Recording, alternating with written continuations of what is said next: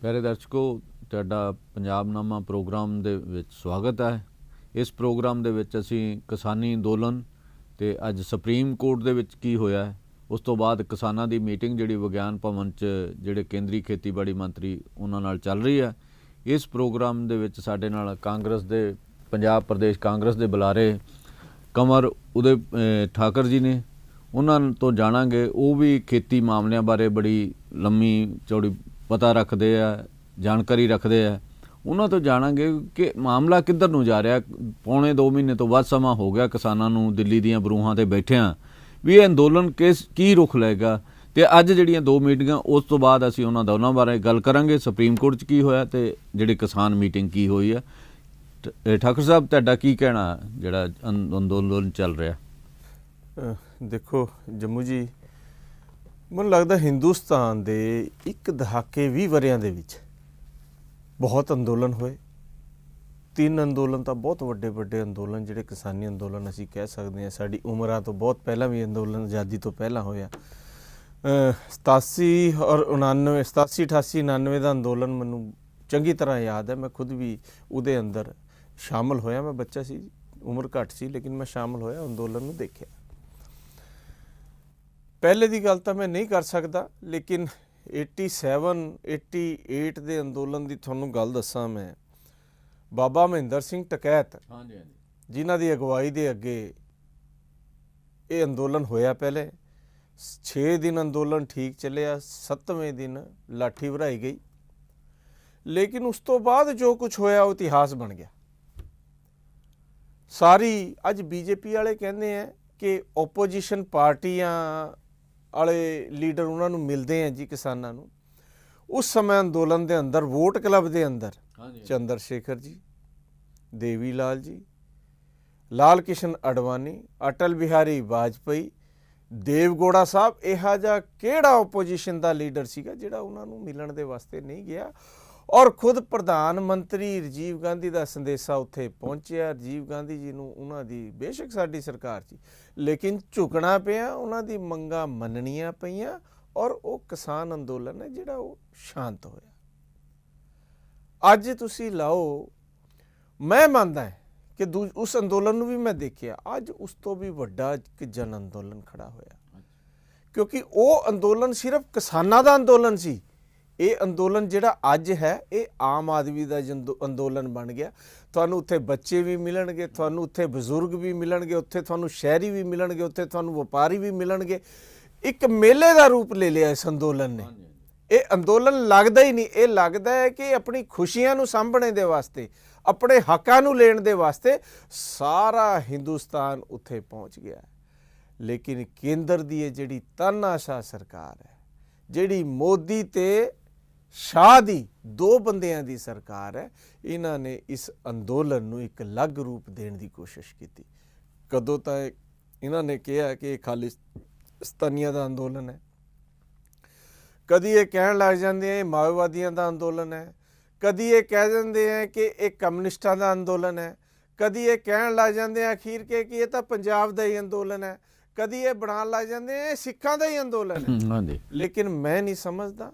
ਉੱਥੇ ਤੁਸੀਂ ਜਾ ਕੇ ਦੇਖੋ, ਅੱਜ ਜਿਹੜਾ ਜਨਰੂਪ ਅੰਦੋਲਨ ਨੇ ਲਿਆ ਔਰ 1.5 ਮਹੀਨਾ ਤਕਰੀਬਨ ਉੱਥੇ ਬੈਠੇ ਹੋ ਗਿਆ ਕਿਸਾਨਾਂ ਨੂੰ। 130 ਮੌਤਾਂ ਹੋਈਆਂ, 130 ਮੌਤਾਂ। ਔਰ 130 ਮੌਤਾਂ ਹੋਣ ਤੋਂ ਬਾਵਜੂਦ ਇੱਕ ਇਹੀ ਜੀ ਘਟਨਾ ਤੁਸੀਂ ਗਿਣਾ ਦਿਓ ਕਿ ਜਿਹੜੀ ਲੋਕਤੰਤਰ ਦੇ ਖਿਲਾਫ, ਉਹ ਲੋਕਾਂ ਦੇ ਖਿਲਾਫ, ਉਹ ਸਰਕਾਰ ਦੇ ਖਿਲਾਫ ਇੰਨਾ ਸ਼ਾਂਤੀਮਈ ਅੰਦੋਲਨ, ਐਡਾ ਵੱਡਾ ਅੰਦੋਲਨ ਅਸੀਂ ਅੱਜ ਤੱਕ ਮੈਂ ਆਪਣੀ ਜ਼ਿੰਦਗੀ ਦੇ ਅੰਦਰ ਨਹੀਂ ਦੇਖਿਆ। ਲੇਕਿਨ ਜੋ ਰੁਖ ਕੇਂਦਰ ਸਰਕਾਰ ਦਾ ਹੈ, ਜੋ ਮੋਦੀ ਸਰਕਾਰ ਦਾ ਰੁਖ ਹੈ, ਮੈਨੂੰ ਨਹੀਂ ਲੱਗਦਾ ਕਿ ਉਹਨਾਂ ਦਾ ਰੁਖ ਇਹ ਹੈ ਕਿ ਉਹ ਸਾਡੀ ਗੱਲ ਸੁਣਨਾ ਚਾਹੁੰਦੇ ਹੈ, ਕਿਸਾਨਾਂ ਦੀ ਗੱਲ ਸੁਣਨਾ ਚਾਹੁੰਦੇ ਹੈ। ਇੱਕ ਰਾਜਨੀਤਿਕ ਪਾਰਟੀ, ਇੱਕ ਜੰਮੂ ਜੀ, ਬਲਵਿੰਦਰ ਜੀ, ਇੱਕ ਰਾਜਨੀਤਿਕ ਪਾਰਟੀ, ਚਾਹੇ ਉਹ ਆਮ ਆਦਮੀ ਪਾਰਟੀ ਹੈ, ਚਾਹੇ ਉਹ ਸ਼੍ਰੋਮਣੀ ਅਕਾਲੀ ਦਲ ਹੈ, ਚਾਹੇ ਉਹ ਕਾਂਗਰਸ ਹੈ, ਇੱਕ ਪਾਰਟੀ ਦਾ ਕਾਰਜਕਰਤਾ, ਇੱਕ ਪਾਰਟੀ ਦਾ ਜਿਹੜਾ ਲੀਡਰ ਹੈ, ਉਹ ਚਾਹੁੰਦਾ ਹੈ ਕਿ ਇਸ ਮਸਲੇ ਦਾ ਹੱਲ ਹੋਵੇ। ਇਹ ਜਿਹੜੇ ਕਾਨੂੰਨ ਹੈ ਤਿੰਨੋਂ ਵਾਪਸ ਲਏ ਜਾਣ, ਕਿਉਂਕਿ ਇਹ ਕਾਨੂੰਨ ਜਦ ਇੱਕ ਜਿਸ ਬੰਦੇ ਦੇ ਵਾਸਤੇ, ਜਿਸ ਮਜ਼ਦੂਰ ਦੇ ਵਾਸਤੇ, ਜਿਸ ਕਿਸਾਨ ਦੇ ਵਾਸਤੇ ਇਹ ਜਿਹੜਾ ਕਾਨੂੰਨ ਬਣਾਏ ਗਏ ਨੇ, ਅਗਰ ਉਹੀ ਨਹੀਂ ਚਾਹੁੰਦਾ ਹੈ ਤਾਂ ਕਿਉਂ ਥੋਪਣਾ ਚਾਹੁੰਦੀ ਹੈ। ਇੱਕ ਪਾਸੇ ਗੱਲ ਕਰਦੇ ਆ, ਮੈਂ ਇਹਨਾਂ ਦੇ ਬੁਲਾਰੇ ਸੀਗੇ 2-3 ਸੁਣ ਰਿਹਾ ਸੀਗਾ ਬੈਠੇ ਹੋਏ ਬੀਜੇਪੀ ਦੇ, ਕਿ ਜੀ ਇਹ ਤਾਂ ਡੱਬਾ ਹੈ ਮਿਠਾਈ ਦਾ, ਇਹ ਖਾਲੀ ਕਰਤਾ ਹੈ। ਕੇਂਦਰ ਸਰਕਾਰ ਨੇ ਕਿਸਾਨਾਂ ਨੂੰ ਆਫਰ ਕਰ ਦਿੱਤੀ ਹੈ, ਸੰਯੁਕਤ ਮੋਰਚੇ ਨੇ, ਜੋ ਤੁਸੀਂ ਭਰਨਾ ਉਹ ਭਰ ਲਓ। ਉਹ ਗੱਤੇ ਦੇ ਡੱਬੇ ਨੂੰ ਕਿਉਂ ਬਚਾਉਣਾ ਚਾਹੁੰਦੀ ਹੈ ਸਰਕਾਰ, ਕੇਂਦਰ ਦੀ ਸਰਕਾਰ? ਅਗਰ ਤੁਸੀਂ ਵਾਪਸ ਲੈਣੇ ਆ, ਤੁਸੀਂ ਵਾਪਸ ਲਓ, ਇੱਕ ਕਮੇਟੀ ਬਣਾਓ, ਸਾਰੇ ਨੁਮਾਇੰਦੇ, ਕਿਸਾਨ ਨੁਮਾਇੰਦੇ, ਆਰਥਿਕ ਸਲਾਹਕਾਰ, ਪੋਲੀਟੀਕਲ ਲੀਡਰ ਉਹਦੇ ਵਿੱਚ ਸ਼ਾਮਲ ਕਰੋ, ਇੱਕ ਨਵਾਂ ਸਾਂਚਾ ਤਿਆਰ ਕਰੋ, ਇੱਕ ਨਵਾਂ ਢਾਂਚਾ ਤਿਆਰ ਕਰਕੇ ਤੁਸੀਂ ਕਾਨੂੰਨ ਦੇ ਦਿਓ। ਲੇਕਿਨ ਉਹਨਾਂ ਦੀ ਨੀਅਤ ਹੀ ਨਹੀਂ ਹੈ। ਠਾਕੁਰ ਸਾਹਿਬ, ਇੱਕ ਗੱਲ ਮਤਲਬ ਪ੍ਰਧਾਨ ਮੰਤਰੀ ਵੈਸੇ ਤਾਂ ਅਕਸਰ ਮਨ ਦੀ ਬਾਤ ਕਰਦੇ ਰਹਿੰਦੇ ਆ, ਪਰ ਜਿਹੜੇ ਕਿਸਾਨ ਆਪਣੀਆਂ ਜਾਨਾਂ ਕੁਰਬਾਨ ਕਰ ਗਏ, 100-125 ਕਿਸਾਨ ਕਹੇ ਜਾਂਦੇ ਆ, ਉਹਨਾਂ ਤੇ ਪ੍ਰਧਾਨ ਮੰਤਰੀ ਨੇ ਕੋਈ ਟਿੱਪਣੀ ਨਹੀਂ ਕੀਤੀ ਵੀ ਇਹ ਵੀ ਸਾਡੇ ਦੇਸ਼ ਦੇ ਕਿਸਾਨ ਸੀਗੇ, ਇਹ ਵੀ ਸਾਡੇ ਦੇਸ਼ ਦਾ ਅੰਨਦਾਤਾ ਸੀਗਾ, ਜਿਹੜਾ ਬਰਫੀਲੀਆਂ ਹਵਾਵਾਂ ਜਿਹੜੀਆਂ, ਜਿੰਨੀ ਠੰਡ ਕੜਾਕੇ ਦੀ ਐਰਕੀ ਪਈ ਹੈ, ਉਹਦੇ ਵਿੱਚ ਕੁਝ ਦਿਲ ਦੇ ਅਟੈਕ ਹੋਣ ਕਰਕੇ, ਕੁਝ ਹੋਰ ਸਮੱਸਿਆ, ਠੰਡ ਲੱਗਣ ਕਰਕੇ ਦਮ ਤੋੜ ਗਏ, ਉਹਨਾਂ ਬਾਰੇ ਕਦੇ ਕੁਝ ਨਹੀਂ ਪ੍ਰਧਾਨ ਮੰਤਰੀ ਨੇ ਕਿਹਾ। ਕਾਨੂੰਨ ਵਾਲੀ ਗੱਲ ਤਾਂ ਅਗਲੀ ਹੈ ਨਾ। ਬਲਵਿੰਦਰ ਜੀ, ਤੁਸੀਂ ਇਹ ਦੇਖਿਆ ਹੈ ਕਿ ਜਦੋਂ ਇਹ ਗੁਜਰਾਤ ਦੇ ਮੁੱਖ ਮੰਤਰੀ ਸੀਗੇ ਮੋਦੀ ਸਾਹਿਬ, ਉਸ ਟਾਈਮ ਜਿਹੜੇ ਇਹਨਾਂ ਨੇ ਉੱਥੇ ਲੋਕਾਂ ਦੇ ਅੰਦਰ ਫਰਕ ਪਾ ਕੇ ਕਤਲੇਆਮ ਕੀਤੇ ਹੈ, ਉਹ ਕੋਈ ਭੁੱਲਿਆ ਨਹੀਂ ਹੈ। ਤੁਸੀਂ ਸੰਜੀਦਗੀ ਦੀ, ਤੁਸੀਂ ਹਮਾਇਤ ਦੀ ਕਿਸ ਆਦਮੀ ਤੋਂ ਉਮੀਦ ਕਰ ਸਕਦੇ ਹੋ? ਉਹ ਲੋਕ ਜਿਨ੍ਹਾਂ ਨੇ ਹਿੰਦੂ ਮੁਸਲਮਾਨਾਂ ਦੇ ਦੰਗੇ ਕਰਾ ਕੇ ਹਜ਼ਾਰਾਂ ਲੋਕ ਟ੍ਰੇਨਾਂ ਫੂਕੀਆਂ, ਅੱਜ ਅਸੀਂ ਭੁੱਲ ਨਹੀਂ ਸਕਦੇ। ਜਿਹੜੇ ਤੜੀ ਪਾਰ ਲੋਕ ਇਹਨਾਂ ਦੇ ਅੱਜ ਹੋਮ ਮਿਨਿਸਟਰ ਬਣੇ ਹੋਏ ਨੇ, ਜਿਨ੍ਹਾਂ ਨੂੰ ਤੜੀ ਪਾਰ ਕਿਹਾ ਜਾਂਦਾ ਸੀ ਗੁਜਰਾਤ ਦੇ ਅੰਦਰ, ਤੁਸੀਂ ਉਹਨਾਂ ਲੋਕਾਂ ਤੋਂ ਤੁਸੀਂ ਇਨਸਾਨੀਅਤ ਦੀ ਉਮੀਦ ਕਰ ਸਕਦੇ ਹੋ? ਮੈਂ ਬਿਲਕੁਲ ਨਹੀਂ ਕਰਦਾ। ਮੈਂ ਇਹਨਾਂ ਲੋਕਾਂ ਤੋਂ ਬੇਸ਼ਰਮੀ ਦੀ ਉਮੀਦ ਕਰਦਾ। ਇਹ ਉਹੀ ਲੋਕ ਨੇ, ਇੱਕ ਐਕਟਰ ਬੰਬੇ ਦੇ ਅੰਦਰ ਮਰ ਜਾਂਦਾ ਹੈ, ਬਿਹਾਰ ਦੀ ਸਰਕਾਰ ਇਨਕੁਆਰੀਆਂ ਬਣਾ ਕੇ ਆਪਣੀ ਟੀਮਾਂ ਉੱਥੇ ਭੇਜਦੀ ਹੈ, 130 ਬੰਦਾ ਮਰ ਗਿਆ, ਉਹਨੂੰ ਵੀ ਛੱਡੋ। ਅੱਜ ਇਹਨਾਂ ਨੂੰ ਸ਼ਰਮ ਨਹੀਂ ਆਉਂਦੀ ਬੀਜੇਪੀ ਦੇ ਲੋਕਾਂ ਨੂੰ? ਬੱਚੇ ਛੋਟੇ ਛੋਟੇ, ਮੇਰੀਆਂ ਬੀਬੀਆਂ, ਭੈਣਾਂ, ਅੱਜ ਅਸੀਂ ਲੋਕ ਕਮਰਿਆਂ ਦੇ ਅੰਦਰ, ਏਸੀ ਕਮਰਿਆਂ ਦੇ ਅੰਦਰ ਬੈਠ ਕੇ ਵੀ ਸਾਨੂੰ ਠੰਡ ਲੱਗਦੀ, ਉਹ ਟਰਾਲੀਆਂ ਦੇ ਉੱਤੇ ਤਰਪਾਲਾਂ ਪਾ ਕੇ ਉਹ ਠੰਡ ਦੇ ਵਿੱਚ ਪਏ ਨੇ। ਔਰ ਸਭ ਤੋਂ ਵੱਡਾ ਕਾਰਨ ਠੰਡ ਹੈ ਉੱਥੇ ਮਰਨੇ ਦਾ। ਜਿਹੜੇ ਹਾਰਟ ਅਟੈਕ ਵੀ ਹੋ ਰਹੇ ਹੈ, ਦੇਖੋ 34 ਸਾਲ ਦਾ ਇੱਕ ਮੇਰਾ ਸਾਥੀ ਅੱਜ ਫੇਰ ਸ਼ਾਮ ਨੂੰ, ਹੁਣੀ ਥੋੜ੍ਹੀ ਦੇਰ ਪਹਿਲਾਂ ਖਬਰ ਰਹੀ ਹੈ ਕਿ ਉਹ ਚਲਾਣਾ ਕਰ ਗਿਆ। ਤਾਂ 34 ਸਾਲ ਦੇ ਉਮਰ ਨੂੰ ਕੀ ਬਿਮਾਰੀ ਥੜਾ, ਹੱਟਾ ਕੱਟਾ ਬੰਦਾ ਕਿਸੇ, ਲੇਕਿਨ ਉੱਥੇ ਦੇ ਜਿਹੜੇ ਹਾਲਾਤ ਹੈ, ਸਰਕਮਸਟਾਂਸਿਸ ਹੈ, ਉਸ ਹਾਲਾਤਾਂ ਦੇ ਅੰਦਰ ਰਹਿ ਕੇ ਇਹ ਮੌਤਾਂ ਹੋ ਰਹੀਆਂ। ਔਰ ਮੈਂ ਇਸ ਦੇਸ਼ ਦਾ ਪ੍ਰਧਾਨ ਮੰਤਰੀ ਜਿਹੜਾ ਅੱਜ ਦੀ ਘੜੀ ਹੈ, ਦੇਖੋ ਪ੍ਰਧਾਨ ਮੰਤਰੀ ਸਾਂਝਾ ਹੁੰਦਾ, ਲੇਕਿਨ ਇਹ ਅੱਜ ਨਜ਼ਰ ਨਹੀਂ ਆ ਰਿਹਾ ਕਿ ਇਹ ਦੇਸ਼ ਦਾ ਪ੍ਰਧਾਨ ਮੰਤਰੀ ਹੈ। ਇਹ ਵਿਅਕਤੀ ਵਿਸ਼ੇਸ਼ ਜਿਹੜਾ ਗੱਲ ਕਰਦਾ ਹੈ, ਇਹ ਵਿਸ਼ੇਸ਼ ਵਰਗ ਦਾ ਪ੍ਰਧਾਨ ਮੰਤਰੀ ਬਣਨੇ ਦੀ ਕੋਸ਼ਿਸ਼ ਕਰ ਰਿਹਾ, ਔਰ ਅੱਜ ਇਸ ਅੰਦੋਲਨ ਨੂੰ ਵੀ ਇਹ ਪੋਲਰਾਈਜੇਸ਼ਨ ਕਰਨ ਦੀ ਕੋਸ਼ਿਸ਼ ਕਰ ਰਿਹਾ। ਤੁਸੀਂ ਮੈਨੂੰ ਦੱਸੋ, ਇਹ ਇਹਨਾਂ ਦੇ ਬੀਜੇਪੀ ਦੇ ਜਿਹੜੇ ਘੱਟੋ ਘੱਟ ਸ਼ਰਮ ਆਉਣੀ ਚਾਹੀਦੀ ਹੈ ਪੰਜਾਬ ਬੀਜੇਪੀ ਦੇ ਉਹ ਲੀਡਰਾਂ ਨੂੰ। ਤੁਸੀਂ ਪੰਜਾਬੀ ਲੋਕ ਹੋ, ਪੰਜਾਬੀਅਤ ਤੁਹਾਡੇ ਦਿਲ ਦੇ ਅੰਦਰ ਵੱਸਦੀ ਹੈ। ਮੈਂ ਇਕਬਾਲ ਸਿੰਘ ਜੀ, ਇਹਨਾਂ ਦੇ ਸਪੋਕਸਮੈਨ ਨੇ, ਉਹਨਾਂ ਦਾ ਇੱਕ ਦਿਨ ਸੁਣ ਰਿਹਾ ਸੀਗਾ ਵਿਚਾਰ, ਉਹ ਜਦ ਕਹਿੰਦੇ ਜੀ ਰਾਇਸੈਨਾ ਰੋਡ ਤੇ ਯੂਥ ਕਾਂਗਰਸ ਨੇ ਕਿਸਾਨਾਂ ਦੇ ਲਈ ਲੰਗਰ ਲਾਇਆ ਹੈ। ਸ਼ਰਮ ਆਉਣੀ ਚਾਹੀਦੀ ਹੈ ਜੇ ਲੋਕਾਂ ਨੂੰ। ਲੰਗਰ ਦੀ ਪ੍ਰਥਾ ਬਾਬੇ ਨਾਨਕ ਨੇ ਸ਼ੁਰੂ ਕੀਤੀ ਸੀ। ਬਾਬੇ ਨਾਨਕ ਨੇ ਕਿਹਾ ਸੀ ਕਿ ਲੰਗਰ ਲਾਓ। ਲੰਗਰ ਦੇ ਬਾਰੇ ਤਾਂ ਉੱਥੇ ਬੀਬੀਆਂ ਨੂੰ ਕਿਸੇ ਨੇ ਪੁੱਛਿਆ ਵੀ ਇਹ ਲੰਗਰ ਕਦੋਂ ਤੱਕ ਜਾਰੀ ਰਹੇਗਾ, ਉਹ ਕਹਿੰਦੀਆਂ 550 ਸਾਲ ਤੋਂ ਚੱਲਦਾ ਆ ਰਿਹਾ, ਅੱਗੇ ਪਤਾ ਨਹੀਂ ਕਿੰਨਾ ਚਿਰ ਜਾਰੀ ਰਹੇਗਾ, ਅੱਗੇ ਪਤਾ ਨਹੀਂ ਕਿੰਨਾ। ਨਹੀਂ, ਇਹ ਇਹਨਾਂ ਨੂੰ ਅੱਜ ਤੱਕ, ਜਦ ਲੋਕਡਾਊਨ ਲੱਗਿਆ ਹੈ, ਲੋਕਡਾਊਨ ਦੇ ਦੌਰਾਨ ਪੰਜਾਬੀਆਂ ਨੇ ਸਾਊਥ ਦੇ ਅੰਦਰ ਜਾ ਕੇ ਲੰਗਰ ਲਾਏ ਹੈ। ਉਸ ਟਾਈਮ ਇਹਨਾਂ ਨੂੰ ਯਾਦ ਨਹੀਂ ਆਇਆ ਕਿ ਪੈਸਾ ਕਿੱਥੋਂ ਆਇਆ? ਜਦ ਪੂਰਾ ਯੂਪੀ, ਬਿਹਾਰ, ਪੰਜਾਬ ਦੇ ਅੰਦਰ ਬੈਠਿਆ ਸੀ, ਅਸੀਂ 1.5 ਮਹੀਨਾ ਬੈਠ ਕੇ ਪੰਜਾਬ ਦੇ ਲੋਕਾਂ ਨੇ ਰੋਟੀਆਂ ਖਿਲਾਈਆਂ, ਜਦੋਂ ਇਹਨਾਂ ਨੂੰ ਯਾਦ ਨਹੀਂ ਆਇਆ ਵੀ ਪੈਸਾ ਕਿੱਥੋਂ ਆ ਰਿਹਾ? ਦੀਪ ਸਿੱਧੂ ਦੀ ਗੱਲ ਕਰਦੇ ਹਾਂ, ਮੈਂ ਕੋਈ ਹਿਮਾਇਤੀ ਨਹੀਂ ਹੈਗਾ ਦੀਪ ਸਿੱਧੂ ਦਾ, ਉਹ ਜਿਹੀ ਜਿਹੀਆਂ ਗੱਲਾਂ ਕਰਦਾ, ਉਹਨੂੰ ਆਪਣੇ ਹਿਸਾਬ ਨਾਲ ਉਹਦੀ ਜੋ ਕਾਨੂੰਨੀ ਕਾਰਵਾਈ ਹੈ ਹੋਣੀ ਵੀ ਚਾਹੀਦੀ ਹੈ। ਲੇਕਿਨ ਜਦੋਂ ਤੱਕ ਉਹ ਸੰਨੀ ਦਿਓਲ ਦੇ ਨਾਲ ਰਿਹਾ, ਕਿਆ NIA ਨੂੰ ਯਾਦ ਨਹੀਂ ਆਇਆ? ਅੱਜ ਉਹ ਕਿਸਾਨਾਂ ਦੇ ਨਾਲ ਜਾ ਕੇ ਖੜਾ ਹੋ ਗਿਆ ਤਾਂ ਉਹਨੂੰ NIA ਦੇ ਉਹ, ਤੇ ਆਮ ਕਿਸਾਨ ਐਡੀ ਜਿਹੜੀ ਸੰਵਿਧਾਨਿਕ ਸੰਸਥਾਵਾਂ ਸਾਡੀਆਂ ਹੈਗੀਆਂ ਸੰਵਿਧਾਨਿਕ, ਐਡੀਆਂ ਗਿਰ ਗਈਆਂ ਕਿ NIA ਨੂੰ ਇੱਕ ਆਮ ਕਿਸਾਨਾਂ ਦੇ ਉੱਤੇ ਇਨਕੁਆਰੀਆਂ ਭੇਜਣੀਆਂ ਪੈ ਰਹੀਆਂ। ਸ਼ਰਮ ਵਾਲੀ ਗੱਲ ਹੈ। ਅੱਧੀ ਰਾਤ ਨੂੰ CBI ਦਾ ਚੀਫ ਚੇਂਜ ਹੁੰਦਾ ਹੈ, ਚੀਫ ਜਸਟਿਸ ਪ੍ਰੈਸ ਕਾਨਫਰੰਸ ਕਰਕੇ ਰੋਂਦਾ ਹੋਇਆ ਜਾਂਦਾ ਹੈ। ਔਰ ਆਰਬੀਆਈ ਦਾ ਗਵਰਨਰ ਜਿਹੜਾ ਕਹਿੰਦਾ ਸੀ ਨੋਟਬੰਦੀ ਨਾ ਲਾਗੂ ਕਰੋ, ਨੋਟਬੰਦੀ ਨਾ ਲਾਗੂ ਕਰੋ, ਉਹਨੂੰ ਛੁੱਟੀ ਹੋਣੀ ਪੈਂਦੀ ਹੈ। ਇਹ ਦੇਸ਼ ਦੇ ਅੰਦਰ ਰਹਿ ਕੇ ਗਿਆ। ਤੁਸੀਂ ਕੀ ਸਮਝਦੇ ਹੋ ਅੱਜ ਸੁਪਰੀਮ ਕੋਰਟ ਦੀ ਕ੍ਰੈਡੀਬਿਲਿਟੀ ਤੇ ਇੱਕ ਆਮ ਆਦਮੀ ਦਾ ਵਿਸ਼ਵਾਸ ਰਹਿ ਗਿਆ? ਮੈਨੂੰ ਨਹੀਂ ਲੱਗਦਾ। ਮੈਂ ਲੋਕਾਂ ਦੇ ਵਿੱਚ ਜਾਂਦਾ, ਲੋਕਾਂ ਦੀ ਗੱਲਾਂ ਸੁਣਦਾ, ਲੋਕਾਂ ਨੂੰ ਅੱਜ ਕੋਰਟਾਂ ਤੇ ਵੀ ਵਿਸ਼ਵਾਸ ਨਹੀਂ ਗਿਆ। ਔਰ ਪਹਿਲੀ ਵਾਰ ਹੋਇਆ ਹੈ ਕਿ ਆਪਣੇ ਹੀ ਮੁੱਦੇ ਤੇ, ਆਪਣੇ ਹੀ ਆਰਡੀਨੈਂਸ ਤੇ ਸਰਕਾਰਾਂ ਖੁਦ ਸੁਪਰੀਮ ਕੋਰਟ 'ਚ ਜਾ ਰਹੀਆਂ। ਜਿਹੜੀ ਕਿਸਾਨੀ ਹੈ, ਕਿਸਾਨ ਹੈ, ਉਹ ਪਾਰਟੀ ਬਣ ਕੇ ਉੱਥੇ ਜਾਣਾ ਨਹੀਂ ਚਾਹੁੰਦੇ। ਆਪਣੇ ਪਾਸ ਹੋਏ ਕਾਨੂੰਨਾਂ ਦੇ ਵਾਸਤੇ ਸਰਕਾਰ ਸੁਪਰੀਮ ਕੋਰਟ 'ਚ ਜਾ ਰਹੀ ਹੈ। ਦਿੱਲੀ ਪੁਲਿਸ ਸੁਪਰੀਮ ਕੋਰਟ 'ਚ ਜਾ ਰਹੀ ਹੈ ਕਿ ਕਿਸਾਨ ਰੈਲੀ ਨਾ ਹੋਵੇ 26 ਤਰੀਕ ਨੂੰ। ਮੈਂ ਸਮਝਦਾ ਇੱਕ ਸਰਕਾਰ ਦੀ ਜਿਹੜੀ ਨਾਕਾਮੀ ਹੈ, ਸਰਕਾਰ ਸਮਝ ਚੁੱਕੀ ਹੈ, ਲੇਕਿਨ ਸਰਕਾਰ ਦੇ ਇੱਕ ਸਿਰਫ ਅੜੀਅਲ ਰਵੱਈਆ ਹੈ ਜਿਹੜਾ ਹੇਠੀ ਆਪਣੀ ਹੁੰਦੀ ਹੈ ਉਹਨਾਂ ਦੀ, ਉਸ ਕਰਕੇ ਉਹ ਇਹ ਕਾਨੂੰਨਾਂ ਨੂੰ ਵਾਪਸ ਨਹੀਂ ਲੈਣਾ ਚਾਹੁੰਦੇ। ਇੱਕੋ ਗੱਲ ਕਹਿੰਦੇ ਆ ਵੀ ਕਾਨੂੰਨ ਵਾਪਸ ਲੈਣੇ ਦਾ ਨਾ ਮਤਲਬ ਜੋ ਬਾਕੀ ਹੈ ਉਹ ਚੇਂਜ ਕਰ ਲਓ। ਵੀ ਕੀ ਫਰਕ ਪੈਂਦਾ ਤੁਹਾਨੂੰ ਜਦ ਤੁਸੀਂ ਸਭ ਚੀਜ਼ ਵਾਪਸ ਲੈਣੀ ਹੈ? MSP ਤੇ ਨਵਾਂ ਕਾਨੂੰਨ ਲਿਆ ਕੇ ਇਹਨੂੰ ਪਾਸੇ ਕਰੋ। ਔਰ ਦੂਜੀ ਗੱਲ, ਇਹ ਇਸ਼ੂ ਤੁਸੀਂ ਬਣਾ ਤਿਆ, ਵੈਸੇ ਤਾਂ ਇਹ ਇਸ਼ੂ ਸਟੇਟ ਸਬਜੈਕਟ ਸੀਗਾ, ਤੁਸੀਂ ਕਿਉਂ ਇਹਦੇ ਅੰਦਰ ਇੰਟਰਫੇਰੈਂਸ ਕੀਤਾ? ਔਰ ਤੁਸੀਂ ਇੱਕ ਝੂਠ ਬੋਲੀ ਜਾਂਦੇ ਹੋ ਅਸੀਂ ਪੈਸਾ ਦਿੰਦੇ ਹਾਂ ਜੀ ਰਾਜ ਦੀ ਸਰਕਾਰਾਂ ਨੂੰ ਖਰੀਦਣੇ ਵਾਸਤੇ। ਤੁਸੀਂ ਪੈਸਾ ਨਹੀਂ ਦਿੰਦੇ, ਤੁਸੀਂ ਇੱਕ ਲਿਮਿਟ ਦਿੰਦੇ ਹੋ। ਜਦ ਤੁਹਾਡੇ ਕੋਲ ਸਮਾਨ ਚਲੇ ਜਾਂਦਾ ਹੈ ਉਸ ਤੋਂ ਬਾਅਦ ਤੁਸੀਂ ਪੈਸਾ ਉਹ ਰਿਲੀਜ਼ ਕਰਦੇ ਹੋ। ਇੱਕ ਲਿਮਿਟ ਹੁੰਦੀ ਹੈ ਤੁਹਾਡੀ, ਉਹ ਬੈਂਕਾਂ ਤੋਂ ਵੀ ਲੈ ਸਕਦੇ ਆ। ਲੇਕਿਨ ਗੱਲ ਇਹ ਹੈ ਫੈਡਰਲ ਸਿਸਟਮ ਨੂੰ ਬਚਾਉਣੇ ਦੇ ਵਾਸਤੇ ਜਦ ਤੁਸੀਂ ਇੱਕ ਸੈਂਟਰਲਾਈਜ਼ ਪਾਵਰ ਕਰ ਦਿੱਤੀ ਹੋਈ ਹੈ, ਅਗਰ ਤੁਸੀਂ ਸਾਰੀ ਚੀਜ਼ ਪਰਚੇਜ਼ਿੰਗ ਆਪਣੇ ਹੱਥ ਰੱਖਣਾ ਚਾਹੁੰਦੇ ਤਾਂ ਤੁਹਾਨੂੰ ਜਿਹੜੇ ਸੂਬਿਆਂ ਦੇ ਅਧਿਕਾਰ ਹੈ ਉਹ ਦੇਣੇ ਪੈਣੇ ਹੈ। ਔਰ ਪੰਜਾਬ ਹਰਿਆਣਾ ਦੇ ਅੰਦਰ ਇਸ ਗੱਲ ਦੀ ਅਵੇਅਰਨੈਸ ਹੈ। ਇਸ ਲਈ ਇਸ ਅੰਦੋਲਨ ਦੇ ਅੰਦਰ ਸਭ ਤੋਂ ਪਹਿਲੇ ਇੱਥੇ ਦੇ ਲੋਕਾਂ ਦੀ ਸ਼ਮੂਲੀਅਤ ਰਹੀ ਹੈ। ਹੌਲੀ ਹੌਲੀ ਕਰਕੇ ਪੂਰੇ ਹਿੰਦੁਸਤਾਨ ਦੇ ਲੋਕ ਵੀ ਇਹਦੇ ਵਿੱਚ ਸ਼ਾਮਲ ਹੁੰਦੇ ਜਾ ਰਹੇ ਆ। ਅਵੇਅਰਨੈਸ ਆ ਰਹੀ ਹੈ ਲੋਕਾਂ 'ਚ। ਠਾਕਰ ਸਾਹਿਬ, ਇੱਕ ਅੱਜ ਸੁਪਰੀਮ ਕੋਰਟ ਦੇ ਵਿੱਚ ਫੈਸਲਾ ਹੈ ਜਿਹੜੀ ਦਿੱਲੀ ਪੁਲਿਸ ਗਈ ਸੀਗੀ ਸੁਪਰੀਮ ਕੋਰਟ ਦੇ ਵਿੱਚ ਵੀ ਇਹ ਰੈਲੀ ਦੀ ਆਗਿਆ ਨਾ ਦਿਓ। ਸੁਪਰੀਮ ਕੋਰਟ ਨੇ ਫਿਰ ਕਿਹਾ ਵੀ ਇਹ ਆਗਿਆ ਦੇਣੀ ਨਾ ਦੇਣੀ ਇਹ ਦਿੱਲੀ ਪੁਲਿਸ ਦਾ ਮਾਮਲਾ ਹੈਗਾ, ਦਿੱਲੀ ਪੁਲਿਸ ਇਹਦੇ ਬਾਰੇ ਫੈਸਲਾ ਕਰੇ, ਸਾਨੂੰ ਕਿਉਂ ਇਸ ਮਾਮਲੇ 'ਚ ਘਸੀਟਦੇ ਹੋ, ਸਾਡਾ ਕੀ ਇਹਦੇ 'ਚ ਰੋਲ ਹੈ? ਇਹਦੇ ਬਾਰੇ ਤੁਸੀਂ ਕਹਿਣਾ। ਗੱਲ ਤਾਂ ਇਹ ਹੈ ਕਿ ਇਹ ਉਹੀ ਗੱਲ ਹੋ ਗਈ ਕਿ ਕਿਆ ਮਾਨਯੋਗ ਅਦਾਲਤਾਂ ਦੀ ਸਾਡੀ ਕ੍ਰੈਡੀਬਿਲਿਟੀ ਲੋਕਾਂ ਦੇ ਅੰਦਰ ਰਹਿ ਗਈ ਹੈ।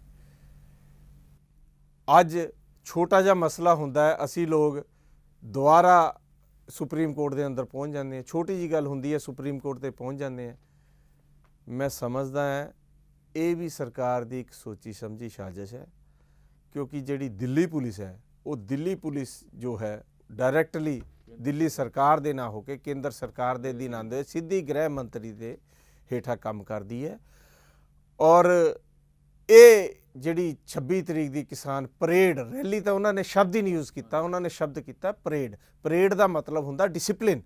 ਕਿਸਾਨ ਖੁਦ ਕਹਿ ਰਹੇ ਆ ਕਿ ਅਸੀਂ ਡਿਸਿਪਲਿਨ 'ਚ ਚਲਾਂਗੇ, ਸਾਡੇ 3000 ਵਲੰਟੀਅਰ ਉੱਥੇ ਟ੍ਰੈਫਿਕ ਨੂੰ ਕੰਟਰੋਲ ਕਰਾਂਗੇ, ਔਰ ਜਿਹੜਾ ਰਸਤਾ ਖਾਲੀ ਕਰਕੇ ਸਰਕਾਰ ਦੇਵੇਗੀ ਆਪਾਂ ਉਸ ਰਸਤੇ ਤੋਂ ਬਾਹਰ ਨਹੀਂ ਜਾਵਾਂਗੇ। ਇਸ ਤੋਂ ਵੱਡਾ ਸਬਕ ਨਹੀਂ ਹੋ ਸਕਦਾ ਸਰਕਾਰ ਦੇ ਵਾਸਤੇ। ਲੇਕਿਨ ਸਰਕਾਰ ਉਹ ਰੈਲੀ ਨੂੰ ਵੀ, ਉਹ ਪਰੇਡ ਨੂੰ ਵੀ ਰੋਕਣਾ ਚਾਹੁੰਦੀ ਹੈ। ਸਰਕਾਰ ਦੀ ਦਮਨਕਾਰੀ ਨੀਤੀ ਹੈ। ਇਹ ਹਿੰਦੁਸਤਾਨ ਦੇ ਅੰਦਰ ਅਨਡਿਕਲੇਅਰਡ ਜਿਹੜੀ ਹੈ ਤਾਨਾਸ਼ਾਹੀ ਚੱਲ ਰਹੀ ਹੈ। ਦੋ ਬੰਦਿਆਂ ਦੀ ਸਰਕਾਰ ਹੈ, ਤੀਜੇ ਬੰਦੇ ਨੂੰ ਪੁੱਛਿਆ ਨਹੀਂ ਜਾਂਦਾ। ਸਿਰਫ ਇਹਨਾਂ ਦਾ ਮਕਸਦ ਇੱਕੋ ਹੈ ਕਿ ਧਨ ਦੇ ਨਾਲ, ਬਲ ਦੇ ਨਾਲ ਜਾਂ ਜਿਸ ਤਰ੍ਹਾਂ ਮਰਜ਼ੀ ਦਮਨਕਾਰੀਆਂ ਨੀਤੀ ਹੋਣ, ਅਸੀਂ ਸਰਕਾਰ ਬਚਾ ਕੇ ਰੱਖਣੀ ਹੈ। ਸਰਕਾਰਾਂ ਹਿੰਦੁਸਤਾਨ ਦੇ ਅੰਦਰ ਪਿਛਲੇ 70 ਸਾਲ ਤੋਂ ਰਹੀਆਂ, ਪਰ ਕਦੇ ਤੁਸੀਂ ਦੇਖਿਆ ਅੰਦੋਲਨ ਹੋਏ ਨੇ? ਅੰਨਾ ਜੀ ਨੇ ਅੰਦੋਲਨ ਕਰਿਆ, ਅੰਦੋਲਨ ਹੋਇਆ ਬਾਬਾ ਰਾਮਦੇਵ ਨੇ ਕਰਿਆ। ਕਿਆ ਇਹ ਦਮਨਕਾਰੀਆਂ ਨੀਤੀਆਂ ਸੀਗੀਆਂ? ਇੱਕ ਮਾੜੀ ਜੀ ਇੱਕ ਦਿਨ ਰਾਮਦੇਵ ਦੇ ਜਿਹੜਾ ਰਾਮਲੀਲਾ ਗਰਾਊਂਡ ਦੇ ਅੰਦਰ ਸੀ, ਉੱਥੇ ਥੋੜੀ ਜੀ ਪੁਲਿਸ ਨੇ ਸਖਤੀ ਕੀਤੀ ਸੀਗੀ, ਤਾਂ ਉਸ ਦੇ ਉੱਤੇ ਬੀਜੇਪੀ ਨੇ ਕਿੰਨਾ ਬਵਾਲ ਮਚਾਇਆ ਸੀਗਾ। ਤਾਂ ਮੈਂ ਸਮਝਦਾ ਕਿਸਾਨ ਅੰਦੋਲਨ ਵੋਟ ਕਲੱਬ ਤੇ 3 ਮਹੀਨੇ ਬੈਠੇ ਰਹੇ ਬਾਬਾ ਟਕੈਤ। 3 ਮਹੀਨੇ ਵੋਟ ਕਲੱਬ ਤੇ ਦਿੱਲੀ ਤੇ ਥਾਂ ਨਹੀਂ ਸੀਗੀ, 10 ਲੱਖ ਲੋਕ ਸੀਗੇ, ਲੇਕਿਨ ਕੋਈ ਗੜਬੜੀ ਨਹੀਂ ਹੋਈ। ਅੰਦੋਲਨ ਪਹਿਲਾਂ ਵੀ ਹੋਏ ਆ, ਜਿਹੜਾ ਪਿਛਲਾ ਅੰਦੋਲਨ ਹੈ ਸਰਕਾਰਾਂ ਮੰਨਦੀਆਂ ਸੀਗੀਆਂ। 2012 ਦੇ ਅੰਦਰ ਵੀ ਜਦ ਕਿਸਾਨਾਂ ਦਾ ਮੁੱਦਾ ਦੁਆਰਾ ਉੱਠਿਆ ਤਾਂ ਉਸ ਸਮੇਂ ਤੁਸੀਂ ਦੇਖੋ ਮਾਨਯੋਗ ਪ੍ਰਧਾਨ ਮੰਤਰੀ ਡਾਕਟਰ ਮਨਮੋਹਨ ਸਿੰਘ ਨੇ ਖੁਦ ਕਿਸਾਨਾਂ ਨੂੰ ਆਪਣੇ ਘਰ ਬੁਲਾ ਕੇ ਉਸੇ ਸਮੇਂ ਉਹਨਾਂ ਦਾ ਨਿਪਟਾਰਾ ਕਰਕੇ ਦਿੱਤਾ। ਲੇਕਿਨ ਅੱਜ ਇਹ ਸਰਕਾਰ ਹੈ, ਇਹ ਨਾ ਤਾਂ ਲੋਕ ਹਿਮਾਇਤੀ ਸਰਕਾਰ ਹੈ, ਸਿਰਫ ਇਹ ਜਿਹੜੀਆਂ ਕਾਰਪੋਰੇਟਸ ਦੀ ਸਰਕਾਰ ਹੈ, ਕਾਰਪੋਰੇਟਸ ਨੂੰ ਫਾਇਦਾ ਦੇਣ ਦੇ ਲਈ ਹੈ। ਅੱਜ ਮੈਂ ਇੱਕ ਗੱਲ ਹਮੇਸ਼ਾ ਇੱਕ ਹੋਰ ਵੀ ਮੰਗਦਾ ਹੁੰਦਾ ਕਿ ਕਿਆ ਅੰਬਾਨੀ, ਰਿਲਾਇੰਸ ਜਦੋਂ ਵੀ ਬੀਜੇਪੀ ਸਰਕਾਰ ਆਂਦੀ ਹੈ, ਜਦ ਇਹਨਾਂ ਦੀ ਲਾਟਰੀ ਕੀ, ਪਹਿਲੇ ਰਿਲਾਇੰਸ ਕਮਿਊਨੀਕੇਸ਼ਨ ਆਇਆ, ਤੁਸੀਂ ਯਾਦ ਹੋਏਗਾ ਵਾਜਪੇਈ ਸਰਕਾਰ ਦੇ ਸਮੇਂ ਘਰ ਘਰ ਰਿਲਾਇੰਸ ਦਾ ਹੀ ਫੋਨ ਹੋ ਗਿਆ, ਸਭ ਕੁਝ। ਅੱਜ ਪੰਪ ਬੰਦ ਪਏ ਸੀਗੇ ਰਿਲਾਇੰਸ ਦੇ, ਫੇਰ ਦੁਬਾਰਾ ਖੁੱਲ੍ਹ ਗਏ। ਅੱਜ ਜਿਹੜਾ ਪੈਟਰੋਲੀਅਮ ਦਾ ਸਭ ਤੋਂ ਜ਼ਿਆਦਾ ਫਾਇਦਾ ਕਿਹਨੂੰ ਹੋ ਰਿਹਾ ਹੈ? ਰਿਲਾਇੰਸ ਨੂੰ। ਜਦ ਆਪਾਂ 1 ਰੁਪਏ ਰੇਟ ਵਧਾਉਂਦੇ ਆ ਬਲਵਿੰਦਰ ਜੀ, 1 ਰੁਪਏ ਰੇਟ ਵਧਾਉਂਦੇ ਆ ਤਾਂ 18 ਲੱਖ ਕਰੋੜ ਦਾ ਫਾਇਦਾ ਹੁੰਦਾ ਹੈ ਪੈਟਰੋਲੀਅਮ ਦੇ ਅੰਦਰ, 1 ਰੁਪਿਆ ਰੇਟ ਵਧਾਣੇ ਦੇ ਅੰਦਰ।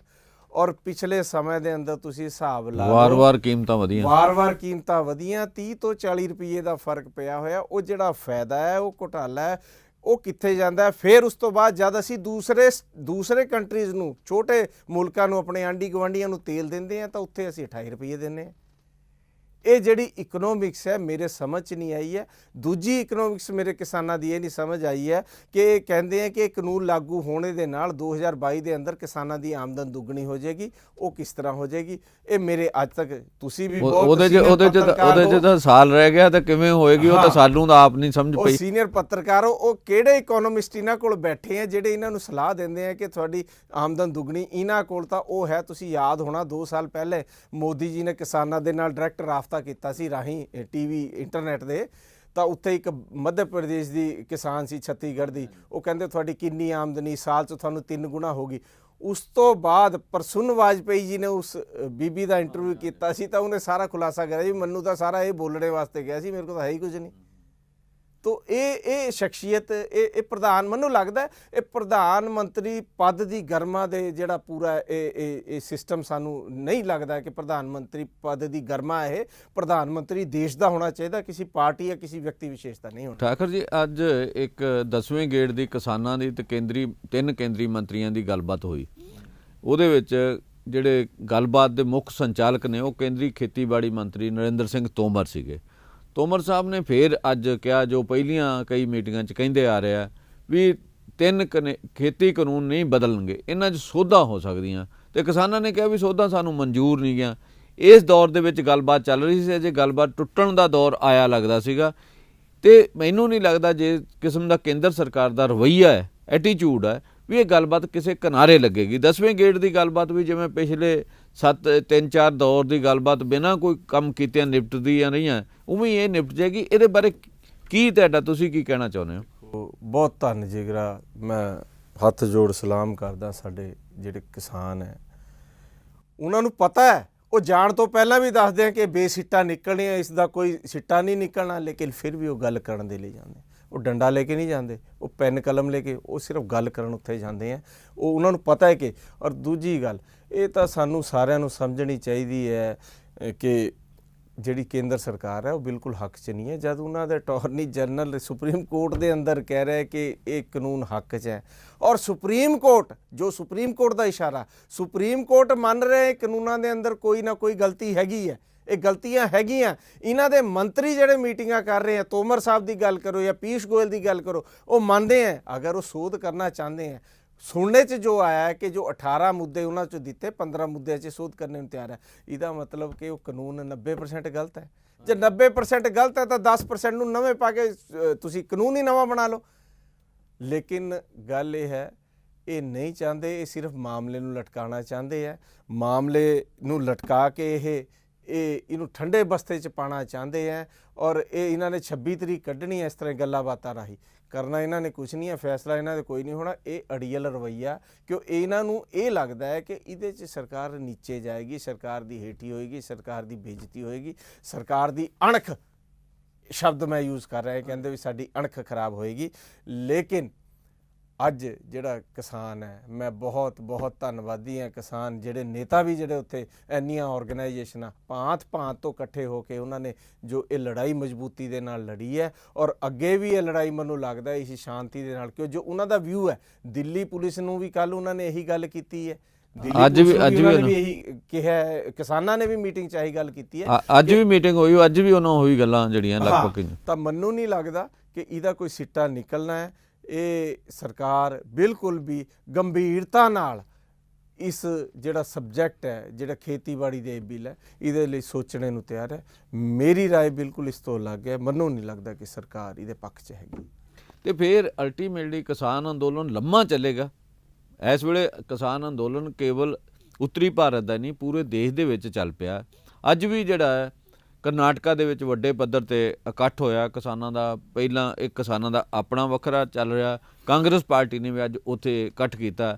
ਕੱਲ੍ਹ ਰਾਹੁਲ ਗਾਂਧੀ ਜੋ ਕੁਝ ਬੋਲੇ ਹੈ, ਮੇਰਾ ਖਿਆਲ ਸਾਰੀਆਂ ਪਾਰਟੀਆਂ ਹੀ ਇਹਨਾਂ ਤਿੰਨਾਂ ਖੇਤੀ ਕਾਨੂੰਨਾਂ ਦੇ ਖਿਲਾਫ ਨੇ।